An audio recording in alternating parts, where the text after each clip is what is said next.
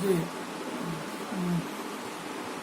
আজকের মূল আলোচ্য বিষয় যেটা আলোচনা করব ইউনিট 4-এর সাব ইউনিট 2 সম্পর্কে। আজকের লাস্ট ইউনিট যে ম্যানেজমেন্টের বিভিন্ন ওয়ার্ড ইউনিটসগুলো আলোচনা করছিলাম, আজকে এটা শেষ ইউনিট থেকে organisational coordination of different agencies monitoring network through resource centres, অর্থাৎ যে সম্পদ কেন্দ্রসমূহ সঞ্চালনের মাধ্যমে সাংগঠনিক সমন্বয় সম্পর্কে আমাদের আলোচনা করতে হবে। রিসোর্স সেন্টার সম্বন্ধে আলোচনা করতে হবে। রিসোর্স সেন্টার বা রিসোর্স দু প্রকার আমরা জানি, সম্পদ দু প্রকার, একটা মানব সম্পদ আর একটা বস্তু সম্পদ। প্রধানত এই সম্বন্ধে আপনাদের জানতে হবে। এরপরে আরেকটা আছে দেখবেন প্রবলেমস, কর্মশিক্ষার যে বিভিন্ন সমস্যাগুলো সেগুলো জানতে হবে এর ক্ষেত্রে, আর এর উপায়টা দেওয়া নেই, কিন্তু ওটা করে নিতে হবে। ঠিক আছে, এই যে ইউনিটস থেকে যদি আপনারা ভালো করে পড়েন, মিনিমাম দুটো কোশ্চেন এখান থেকে কম পাবেন। ঠিক আছে, দুটো কোশ্চেন এখান থেকে পাবেন। এবার প্রথমে আসা যাক যে মানব সম্পদ কেন্দ্রীয় সময় সঞ্চালনের মাধ্যমে সাংগঠনিক সময়। প্রথমে সম্পদকে আমরা দেখতে পাচ্ছি দু ভাগে ভাগ করছি, একটা মানব সম্পদ আর একটা বস্তু সম্পদ। এবার মানব সম্পদকে আবার তিন ভাগে ভাগ করা যায়, শিক্ষক, অভিভাবক, অন্যান্য সংগঠন। বস্তু সম্পদকে আবার তিনটে ভাগে ভাগ করা হচ্ছে, জিনিসপত্র, প্রতিষ্ঠান, সামাজিক সংস্থা।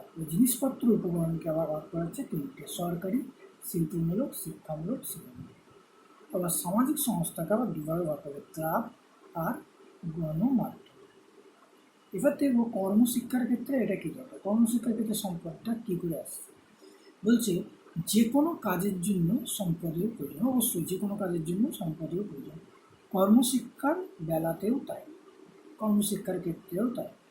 অভাববোধ থেকেই কর্মপ্রেরণা আসে, অভাববোধ থেকেই কর্মপ্রেরণা আসে, তাই অভাবটাও এক ধরনের সম্পদ। স্কুলের বারান্দায় ফুলের বা পাতার টব সাজানো থাকলে কি সুন্দর দেখায়, অথচ নেই কাজে টবে ফুল গাছ করার, এটা একটা সুযোগ। কর্মশিক্ষাতে টব না থাকা তাই সম্পদ। সম্পদ প্রধানত দুই রকমের আমরা দেখতে পাচ্ছি, মানব সম্পদ, বস্তু সম্পদ। এবার কি বলছে, এগুলি সদ্ব্যবহারের উদ্দেশ্যে একটি মানব সম্পদ সমীক্ষা, হিউম্যান রিসোর্স সার্ভে, এবং একটি বস্তু সম্পদ যেটা মেটেরিয়াল রিসোর্স ইনভেন্টারি শিক্ষককে সহায়তা করতে পারে। এখানে একটু ভূমিকা ইন্ট্রোডাকশন দিয়েছে, আর এই ছকটা আপনারা দেবেন, এটা খুব ইম্পর্টেন্ট, অবশ্যই পরীক্ষা আসবে কনফার্মটা, যদি পূর্বের বছর না আসে। কর্মশিক্ষা মানব সম্পদ সম্বন্ধে আর বস্তু সম্পদ সম্বন্ধে দুটো আলোচনা আমাদের করতে হবে। প্রথমেই মানব সম্পদে কি বলছে, প্রথম প্যারাটা দেখুন, সাংগঠনিক সমৃদ্ধির স্বার্থে বিদ্যালয়ের সকল শিক্ষককেই কর্মশিক্ষায় অংশগ্রহণ করতে হবে। অর্থাৎ সাংগঠনিক যে সমৃদ্ধির স্বার্থে বিদ্যালয়ের সকল শিক্ষককে কর্মশিক্ষায় অংশগ্রহণ করতে হবে। অবশ্যই সাংগঠনিক মানে প্রাতিষ্ঠানিক যে সমৃদ্ধি, তার জন্য সকল শিক্ষক কর্মশিক্ষায় অংশগ্রহণ করতেই হবে, বাধ্যতামূলক।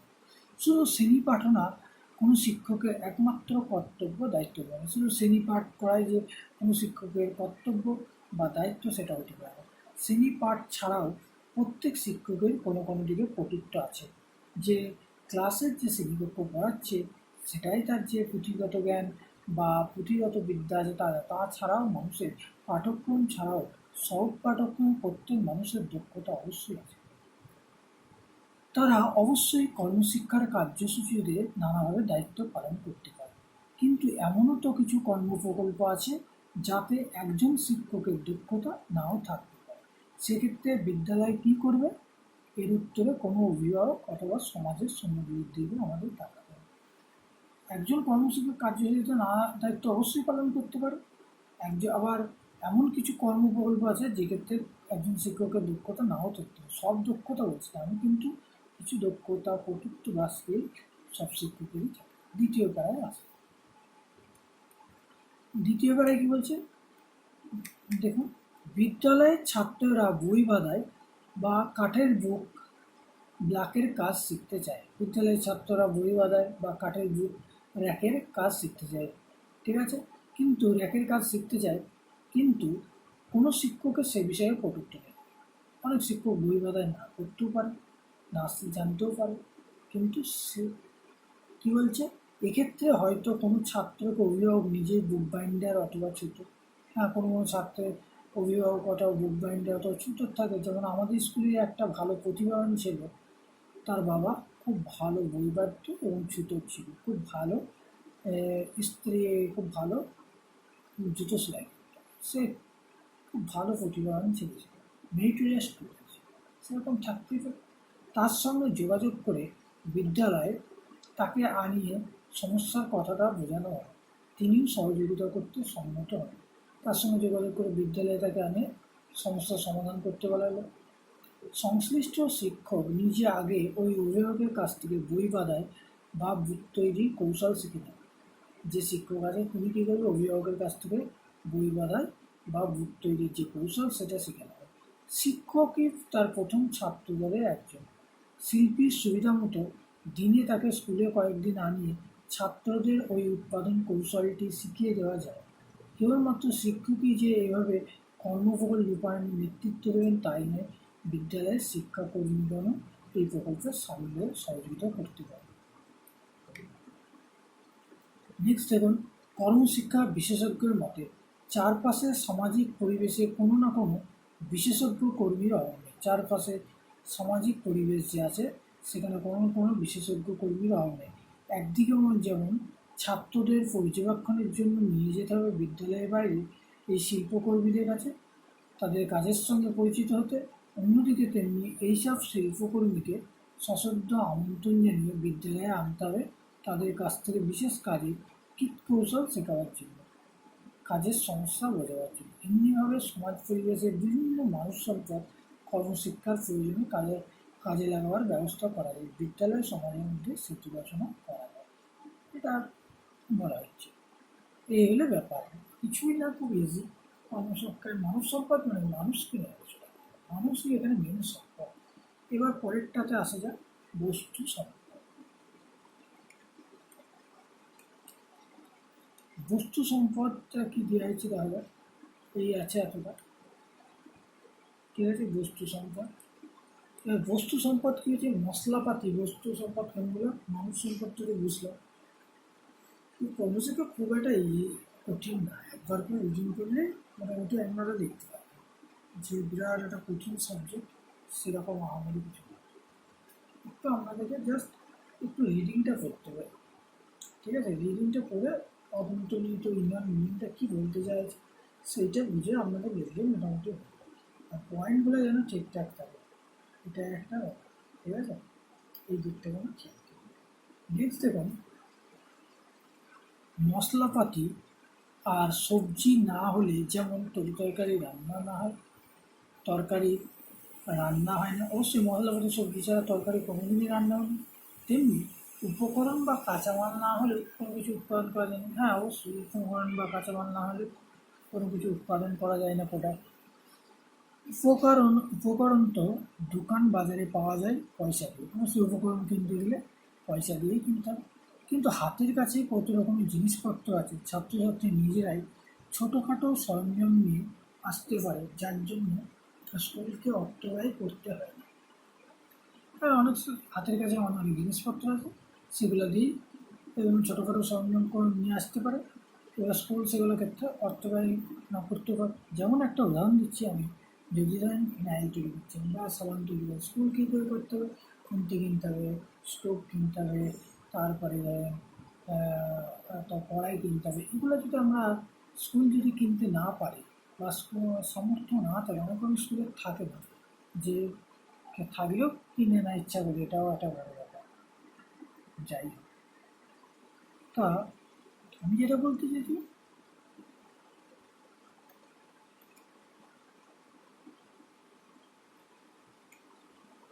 আমি যেটা বলছি আপনাদেরকে যে যে কী বলছিলাম, বস্তু সম্পদ, তাহলে সবসময় যে সরঞ্জাম দিয়ে থাকবে তাই না, ছাত্রছাত্রীরাও এগুলো নিয়ে আসতে হবে। ফিনাইল তৈরি, সাবান ক্ষেত্রে তো কড়াই, খুন্তি, স্টোভ অবশ্যই লাগবে, তবে তিনটে জিনিস বাড়ি থেকে আনতে পারে ছাত্রছাত্রীরা। এবার যে উপকরণটা যাতে করা যায় স্কুলে, সেটা একটা বিরাট একটা দিক। এই বস্তু সম্পদগুলো আনা যেতেই পারে। নেক্সট দেখুন, বস্তু সম্পদ ইনভেন্টরির সাহায্যে পরিবেশ সমীক্ষা করলে দেখা যাবে বহু সরকারি দপ্তর এবং বৃহৎ শিল্প, কুটির শিল্প, পঞ্চায়েত, কৃষি, বিদ্যুৎ, পৌর প্রতিষ্ঠান, কলকারখানা, শিক্ষা নিয়ামক প্রতিষ্ঠান, সেবা প্রতিষ্ঠান, ক্লাব, সংবাদপত্র, দূরদর্শন, বিদ্যালয়, কর্মশিক্ষা কার্যক্রমে সহযোগিতা হাত বাড়িয়েছে। হ্যাঁ, এটা অবশ্যই যে আমরা সরকারি যদি আমরা সমীক্ষা করি, সরকারি না, পরিবেশ সমীক্ষা করি, দেখা যাবে বহু সরকারি দপ্তর এগুলো কী করেছে, যে কর্মশিক্ষার যাতে কার্যক্রমটা ভালো হয় বিদ্যালয়ে, সেক্ষেত্রে হাত বাড়িয়ে দিয়েছে। অবশ্যই অবশ্যই সাহায্য করছে বিভিন্ন দিক থেকে।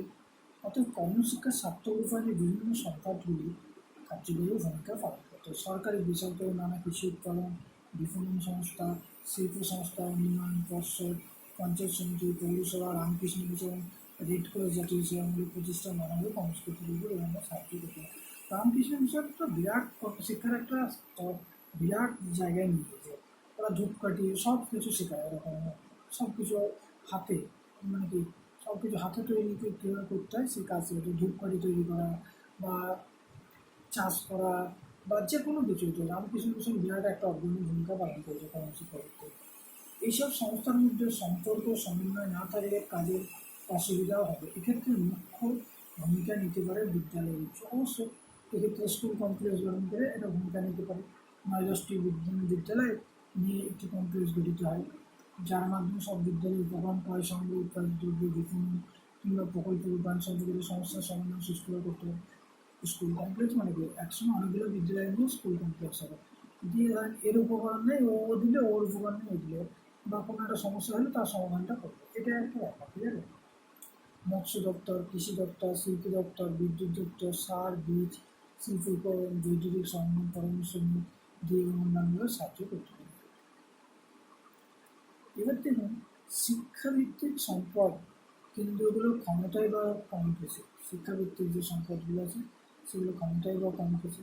মধ্যশিক্ষা পর্ষদ, এনসিআরটি, তারপরে এসসিআরটি, এনসিআরটি মানে national council educational research training, আর state council educational research training. একটা জাতীয় আর একটা রাজ্যের যে সংস্থাগুলো আছে শিক্ষার, ঠিক আছে, সেগুলো কি কর্মশিক্ষার সঠিক পাঠ্যসূচি, কর্মব্যবহৃত পুস্তক প্রভৃতি প্রণয়ন এবং শিক্ষকদের জন্য সেমিনার, ওয়ার্কশপ প্রভৃতি আয়োজন করতে পারে। বিদ্যালয়গুলিকে সঠিক পথ দেখাতে সাহায্য করতে পারে। এক্ষেত্রেও এরা ভূমিকা গ্রহণ করতে পারে। বিভিন্ন যে শিক্ষা সংস্থা আছে সেগুলায় এক্ষেত্রে ভূমিকা গ্রহণ করতে পারে।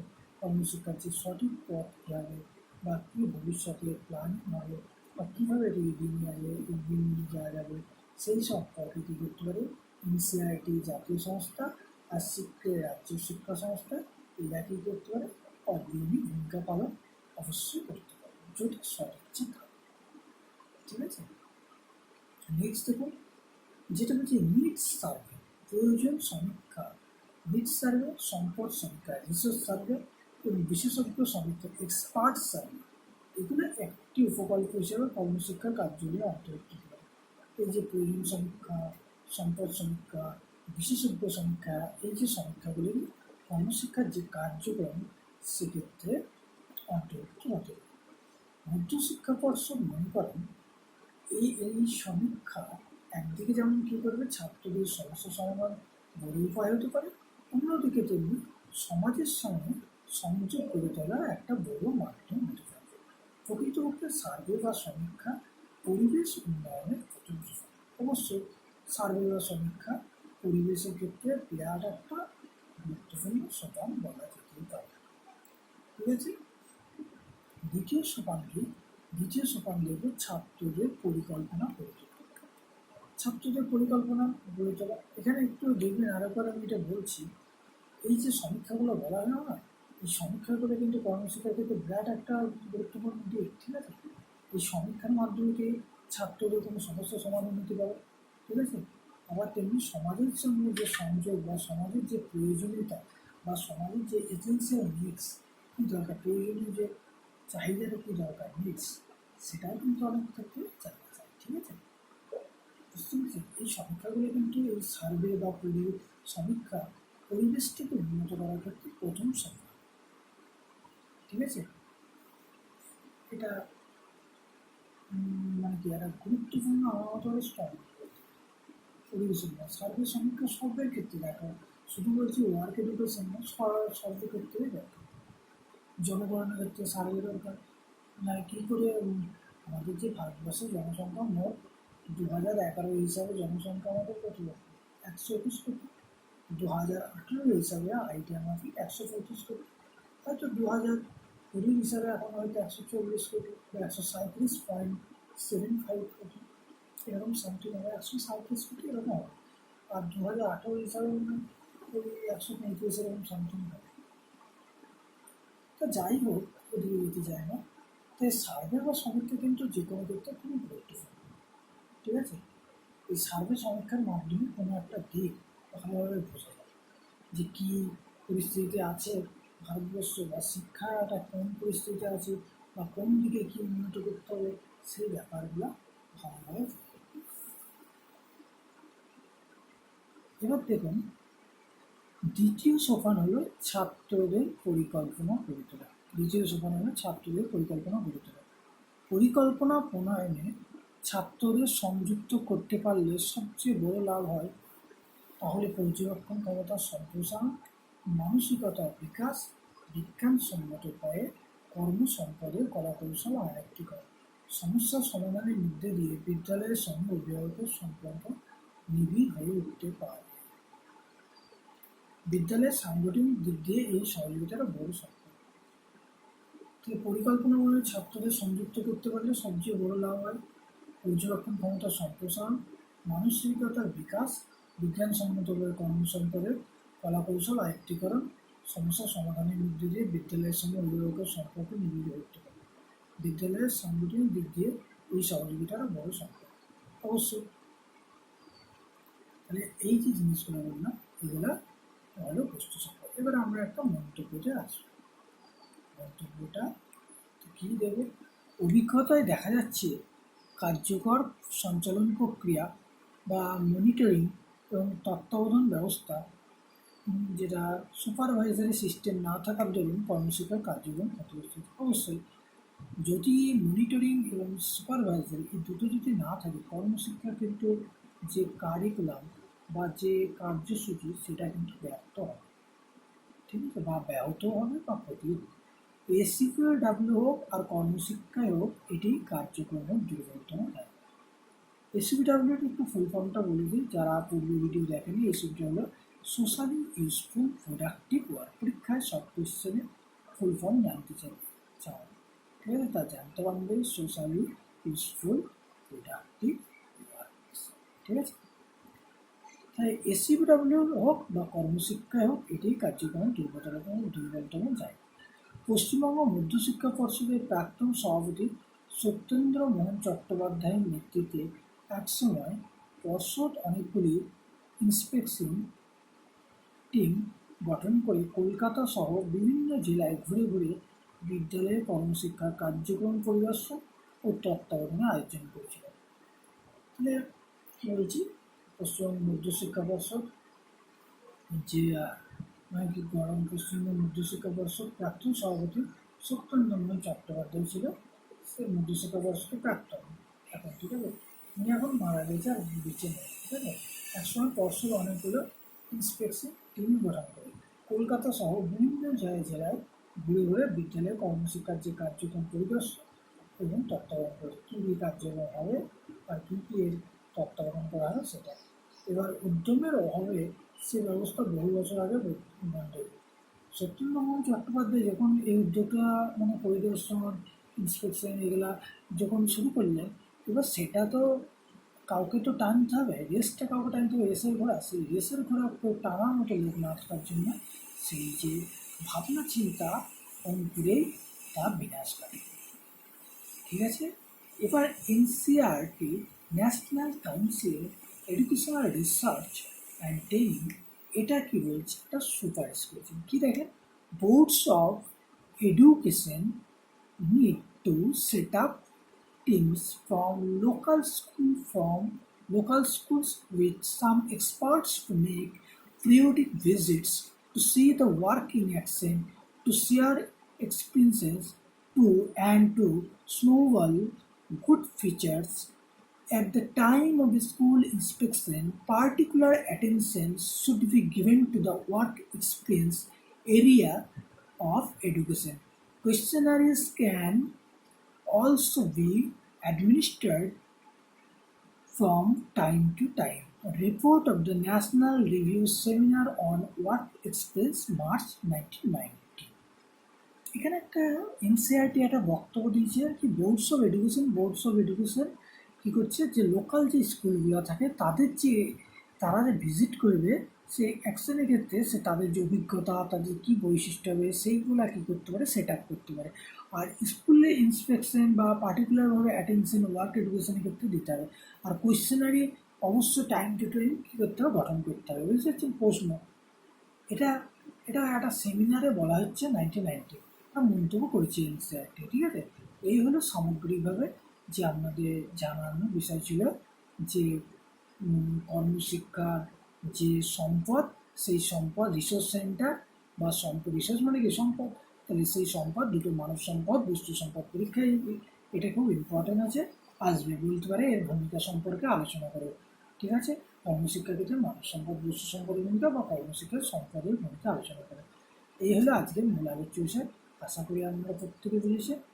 আর এটাই বলবো, বারবার বলবো, ভিডিওগুলো দেখুন, মোটামুটি আপনারা একটু আয়ত্ত পাবেন। ঠিক আছে, আয়ত্ত পাওয়া খুবই দরকার।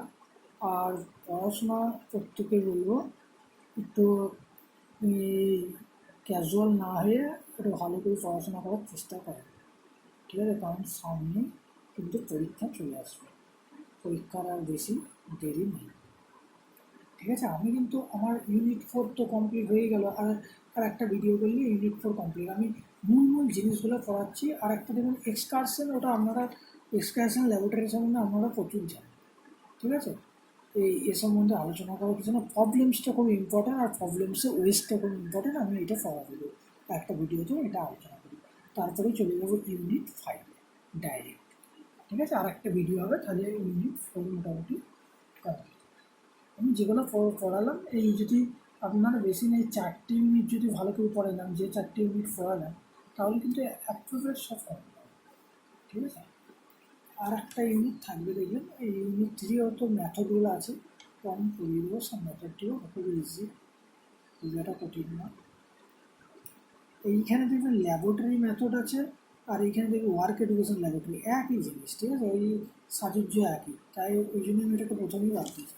এক্সকারশন ও ভ্রমণ আপনারা অটোমেটিক আপনারা পারবেন, ও সম্বন্ধে বহু অভিজ্ঞতা আছে। তাহলে আর একটা ভিডিও করলে মোটামুটি আপনাদের এই ওয়ার্ক এডুকেশনের 4th ইউনিটটা হয়ে যাবে, দিয়ে আমি 5 ইউনিটে আসবো। ঠিক আছে, আপনারা আশা করি বুঝতে কোনো অসুবিধা হবে না। আরেকবার এই ছকটা একটু বলে দিই আপনাদেরকে, ছকটা মনে রাখার অবশ্যই চেষ্টা করবেন। ঠিক আছে, ছকটা দেখুন, বলেছিলাম ছকটা মানব সম্পদ সম্পর্কে, এই ছকটা এরকম করে পরীক্ষায় কিন্তু আপনাকে লিখতে হবে। সম্পদ দুই রকম, সমন্বয় কীভাবে হবে, সম্পদ দুই রকম, মানব সম্পদ আর একটা হলো বস্তু সম্পদ। এবার মানব সম্পদকে আবার 2-3 ভাগে ভাগ করবো, শিক্ষক, অভিভাবক, অন্যান্য সমাজীব। আর বস্তু সম্পদ কি, জিনিসপত্র, উপকরণ, প্রতিষ্ঠান, সামাজিক সংস্থা। এবার জিনিসপত্র উপকরণকে আবার 4 ভাগে ভাগ করলে সরকারি, শিল্পমূলক, শিক্ষামূলক, সেবামূলক। আর সামাজিক সংস্থা, ক্লাব, গণমাধ্যমে। এবার এই দুটো একটু ভূমিকা দেবেন, সম্পদ কাকে বলে, দিই কর্মশিক্ষার যে মানব সম্পদ আর এই যে বস্তু সম্পদ আছে, এই দুটো সম্পর্কে বিস্তারিত কিন্তু আলোচনা করবেন। ঠিক আছে, আশা করি আপনারা প্রত্যেকে বুঝেছেন। আশা করি পড়াশোনা কর্মশিক্ষার যে পড়াচ্ছি, আশা করি আপনারা পড়ছেন, ভালো করে পড়াশোনা করেন। সামনেই কিন্তু এক্সাম হবে, আমি আবার বলছি এক্সাম কিন্তু অবশ্যই হবে। হয়তো করোনায় পরীক্ষা ব্যাহত হচ্ছে, অলরেডি নিয়ে আলোচনা চলছে। আপনাদের পরীক্ষা জুলাই না হলেও আগস্টে কিন্তু কনফার্ম হবে, এটা বলে দিচ্ছি। তাই সামনে আর বেশি টাইম নেই, যেহেতু প্রচুর পেপার আছে, প্র্যাকটিক্যাল আপনাদের আছে, ইন্টারনাল অ্যাসেসমেন্ট আছে, প্রচুর কিছু লেখার আছে। কাজ করুন, সামনে পড়াশোনাও করুন, আর অন্যান্য পড়াশোনা যারা করছে তারা সেই পড়াশোনাও করতে পারে। ঠিক আছে, তাই আমি বারবার বলছি পড়াশোনার প্রতি খেয়াল দেন, আর পড়াশোনাগুলো ভালো করে, যে প্রত্যেকটা ভিডিওগুলো বারবার দেখুন। আর আর ওয়ার্ক এডুকেশনটা অবহেলা করবেন না। ওয়ার্ক এডুকেশনটা যে আজকে লিখবেন তা না, আপনাকে কনসেপ্ট যদি থাকে আপনি বানিয়ে অবশ্যই লিখতে পারবেন। যে অ্যাকুরেট লিখতে হবে সায়েন্সের মতো ওরকম কনসেপ্ট আছে, আপনি বানিয়ে বানিয়ে লিখতে পারবেন। আমি যে ভিডিও কথাগুলো বলছি সেগুলোই শুনলে পরীক্ষা লিখলেন তাও হবে, তাও ইতিহাসে 35 অ্যান্সার করতে হবে। আশা করি প্রত্যেকে বুঝেছেন। থ্যাংক ইউ, ধন্যবাদ।